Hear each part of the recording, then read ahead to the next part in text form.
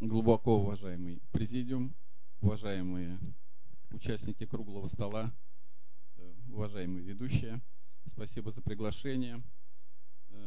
Хочу сказать, что я являюсь светским человеком и представляю здесь светскую общественную организацию. Кроме того, я представитель другого вероисповедания. И это все не становится препятствием для моего участия в сегодняшнем круглом столе. И мне кажется, одно это уже является одним из успехов проводимого сегодня мероприятия. Спасибо вам большое.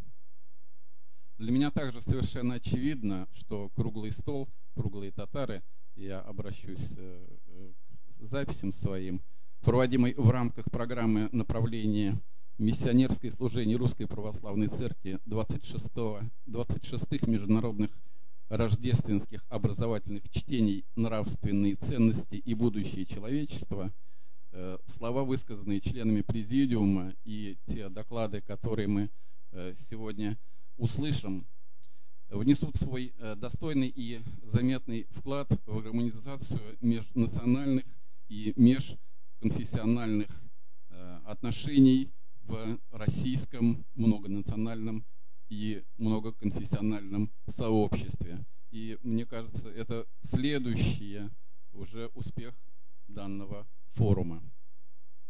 Я сам многие годы занимаюсь именно этими проблемами, поэтому то, о чем будет сегодня говориться, для меня лично и близко, и дорого.